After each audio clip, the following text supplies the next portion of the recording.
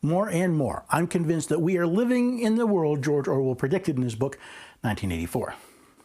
In California, a state with a constitutional amendment prohibiting systemic racism, they recently considered a proposition to fight systemic racism by removing the amendment prohibiting systemic racism and allowing systemic racism. And if that doesn't make your head spin, then, well, you may have already succumbed to this newspeak future that we're creating. So we'll discuss that next on the Constitution Study. There's one thing you have to know wherever you make your stand. Came from a long through line of everyday Americans. Well, hello there, everyday Americans. Paul Engel here with the Constitution Study, where we read and study the Constitution and we teach the rising generation be free. I am glad you could join me. Hopefully all of you have survived Election Day. The insanity, the chaos, all of the nonsense that we expected, who knows? But we're going to talk a little bit about one of the ballot measures that was considered back on the 3rd.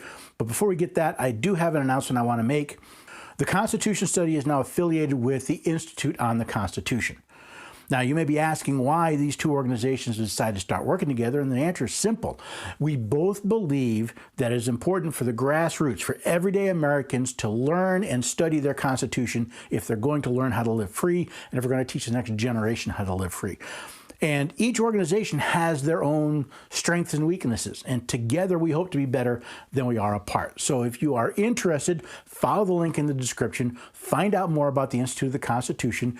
If you join through that link, well, guess what? Constitution Study gets credit for what goes on, and it helps show that the relationship between these two organizations is a good thing, and hopefully it will spread and grow, and we'll have more things going on. There's also, if you want to try it out, there is a free U.S. Constitution class you can take on the Institute on the Constitution. Again, just follow the link in the description and you can find out more. And if you follow that link, again, we get notified that it was a Constitution Study person who actually went to find out what was going on. So let's talk about what's been going on in California and what it may mean for our future. The California legislature placed Proposition 16, or Prop 16, on the ballot for the November 3rd, 2020 election. This proposition, quote, permits government decision-making policies to consider race, sex, color, ethnicity, or national origin to address diversity by repealing Article 1, Section 31 of the California Constitution, which was added by Proposition 209 in 1996. Now, if we're going to see our way through this twisted mess, we need to define a few terms. Now, from the Merriam-Webster Dictionary online, we find that racism is a noun, a belief that race is a fundamental determinant of human traits and capacities, and that racial differences produce an inherent superiority of a particular race. It's also the systemic oppression of a racial group to the social, economic, or political advantage of another, or a political or social system founded on racism and designed to execute its principles. Also from the dictionary, we find that systemic is an adjective, fundamental to a predominant social, economic, or political practice. So systemic racism is the predominant social, economic, or political practice based on the idea that race is a fundamental determinant of human traits and that one human race is inherently superior to another. Now, back in 1996, California amended their constitution with Proposition 209. This proposition added Article 1, Section 31 to the Constitution of California. Proposition 16 notes that, quote, Proposition 209 generally prohibits state and local governments from discriminating against or granting preferential treatment to individuals or groups on the basis of race, sex, color, ethnicity, or national origin in the operation of public employment, education, or contracting. In other words, back in 1996, the people of California decided their government was not to discriminate either for or against anyone based on their race, sex, color, ethnicity, or national origin, at least when it came to public employment, education, or contracting. In other words, race would not enter into the decision if you applied for a public sector job, if you applied to a public college or university, or if you even applied for a public contract. As the Reverend Dr. Martin Luther King Jr. famously said, I have a dream. My 4 little children will one day live in a nation where they will not be judged by the color of their skin,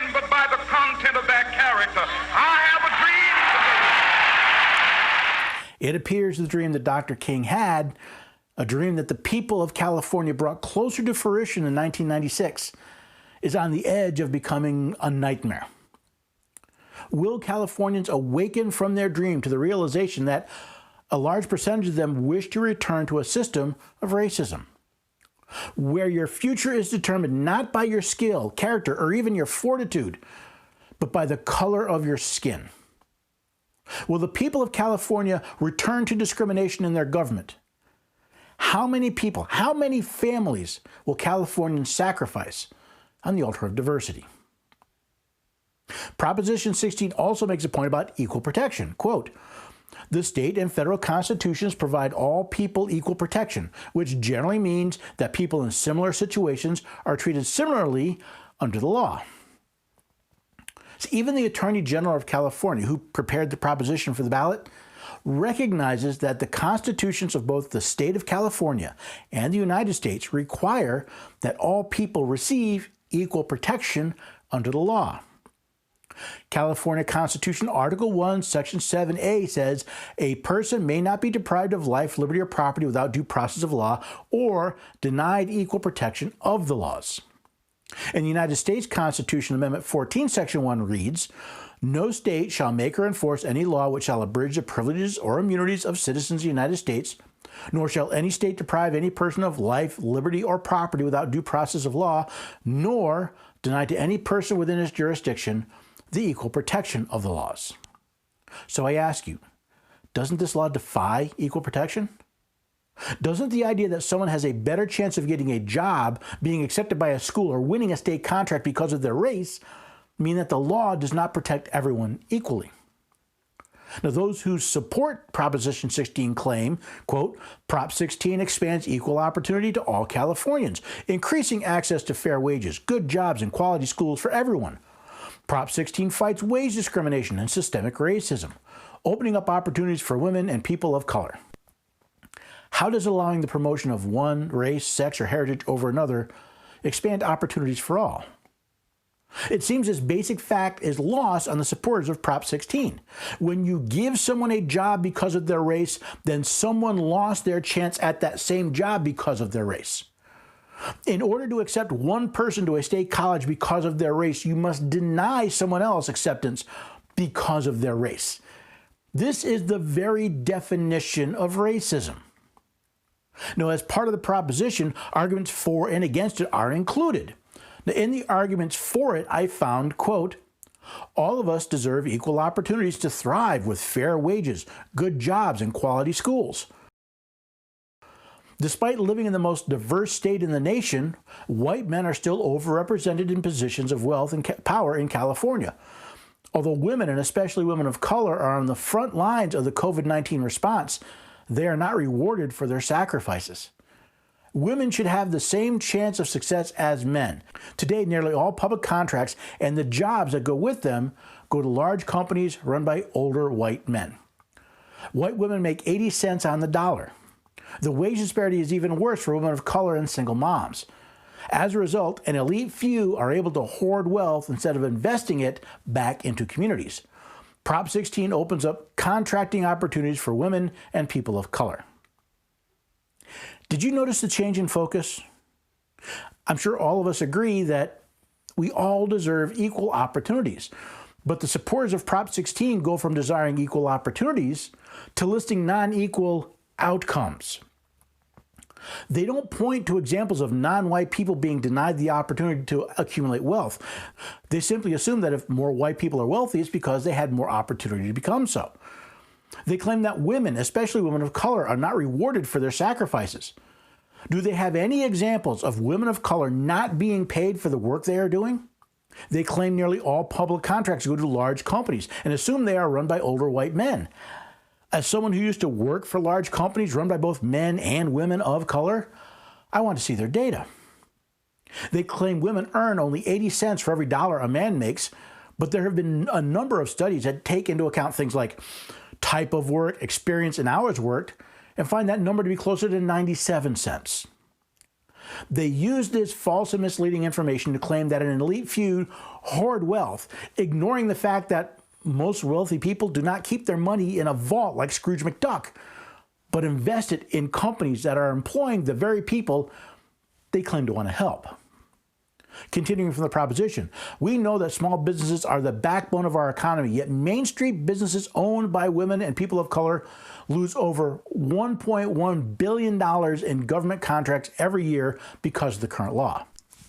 I wonder how many of those Main Street businesses lost those contracts because they were unable to provide the same services at the same price as others. Because you know what they don't mention? The number of Main Street businesses that lost contracts, not to mention how much taxpayer money was wasted because of the racist and sexist discrimination that existed before Proposition 209. See, I used to work for one of those Main Street businesses, and we had a contract for typewriter repair with a state agency. Now, some of you may be asking, what's a typewriter? So yes, this was quite a few years ago.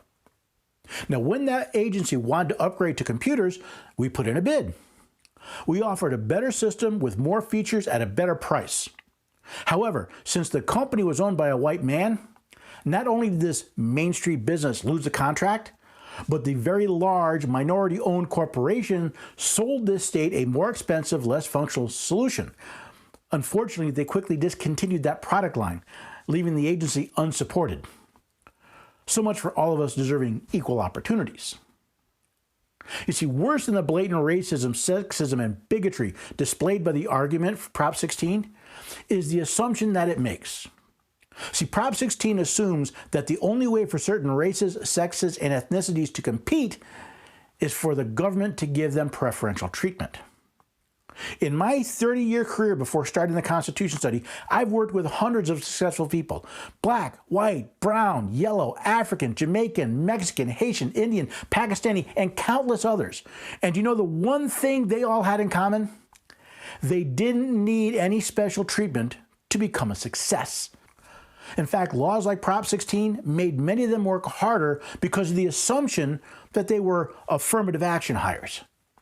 I find it insulting and disgusting to suggest that the only way certain races can succeed is if they have a head start.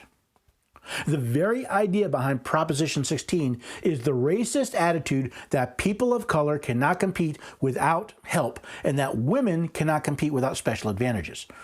Proposition 16 effectively states that the determining factor in the capabilities of millions of Americans is the color of their skin or their genitalia.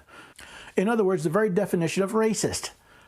They convince such people they cannot succeed without government help by creating a system that politically, socially, and economically advantages one racial group above another. Proposition 16 and all the other programs like it are not only a racist proposal, but they create the very system of racism that they claim to fix. They perpetuate the systemic racism we have been dealing with for over 60 years. Prop 16 will destroy the very people they claim they want to help. Now, I do agree with the supporters of Prop 16 in one thing, that everyone deserves an equal opportunity to thrive, to have fair wages, good jobs, and quality schools. However, this proposal will do exactly the opposite. It promotes the idea that people of color are less capable than others. They ignore the fact that many people of color are denied admission to their public colleges and universities not because of the color of their skin, but because of the state's failing public school system. And just like the days of separate but equal, they trap minorities in failing public schools, denying them the equal opportunities to thrive. They deny them the skills that will help them get into college or start a successful career, and then have the chutzpah to ask the people of California to discriminate in favor of those they have disadvantaged in the name of diversity. What they are doing is asking the people to subsidize their racism. Color is only an issue in their minds. They want to tell the black man, the Latino, and the woman what they must do, which schools they must attend, what jobs they must take, and based on the words of some media personalities, who they must vote for. They don't believe that these people of color can compete on a level playing field. They believe that equal protection of the law doesn't apply to races they think are too stupid to reason for themselves. Not only are these people racist, but they want to return to a systemic racism denounced by one of the greatest men of the civil rights movement. The question is, will the people of California follow these racists on the path of destroying the lives of more minorities? Now, as of November 4th, the answer appears to be no. It looks like California defeated Proposition 16, but just barely. Those who promoted Prop 16 came only a few percentage points short of passing this law, of making it a constitutional amendment to instill systemic racism. Now, we may have won the battle, but my fear is we're going to lose the war, because I expect this proposition to rear its ugly head again under another name. If we want to get rid of systemic racism in America, we must stop racism. We must stop judging people by the color of their skin. We must stop helping them. We must stop harming them based on the color of their skin or where they came from or what sex they are. If we want to be free, if we want to secure the blessings of liberty for everyone, then we need to stop looking at people's color before to make a decision, for or against. The biggest problem in California regarding the opportunities for people of color and women is not how their state government hires people and issues contracts. It's the failing public schools that they keep perpetuating, that they trap minorities into, that they trap the lower incomes of all races into. You trap them into a system of failing public schools where they don't get the basic education they need, the skills they need to get into a college, to start a career, to start a business, to be successful, to bid on those contracts. You hamper them. You cut them off at the knees. You want them to climb the ladder of success, but you cut the bottom half of the ladder off. And then you want the people of California to pay to institute racist policies to overcome the racist policies you've already put in place. Now, most people may look at Prop 16 and go, well, I don't. Prop 16 was a racist amendment to the California Constitution. And if that isn't bad enough, look at how many racist policies exist in the other 49 states and in the federal government. See, that story I talked about, losing a contract because the company was owned by a white man, didn't happen in California. No, it happened in another state. If we truly want to get rid of systemic racism, then let's stop making decisions based on race. If we want to get rid of systemic sexism, let's stop making decisions based on sex. If we want everyone to be equal, to have equal protection before the law, let's stop getting the law to look at the color of their skin, what exists in their pants, or where they were born, and simply say the law applies to everyone equal. In fact, I'd like to take that a next step farther. And I'd like to say the law must equally apply to the government employee as the non-government employee. But until we recognize what's really going on here, we will continue to take a country that set aside systemic racism. There are no Jim Crow laws, right? There is no separate but equal in schooling. There are no white-only drinking fountains. They don't exist in America anymore, but these people are trying to bring back the modern equivalent. And until we stop them, we're going to head back to a racist country.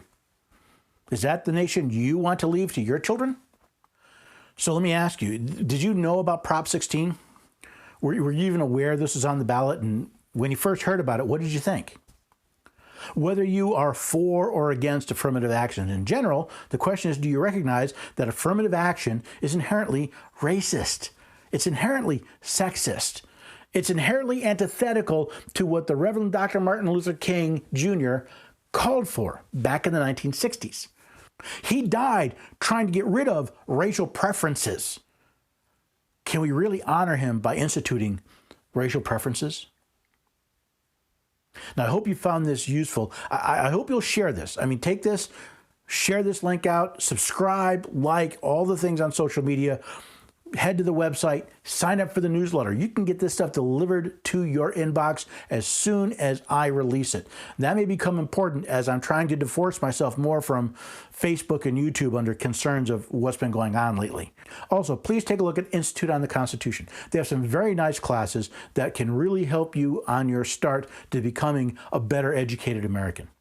Follow the links in the description below. I'll be more than happy to answer any questions I can. Most of all, I hope you found this useful. I hope you found it enough that maybe you'll donate to the website, to the podcast. You can do that again right on the website. Newsletter, donate. They're right there on the right-hand side. I hope you'll consider supporting the work that we do here. I hope you'll consider helping us spread the blessings of liberty. Most of all, I hope you'll come back here next time we can learn more on the Constitution Study. There's one thing you have to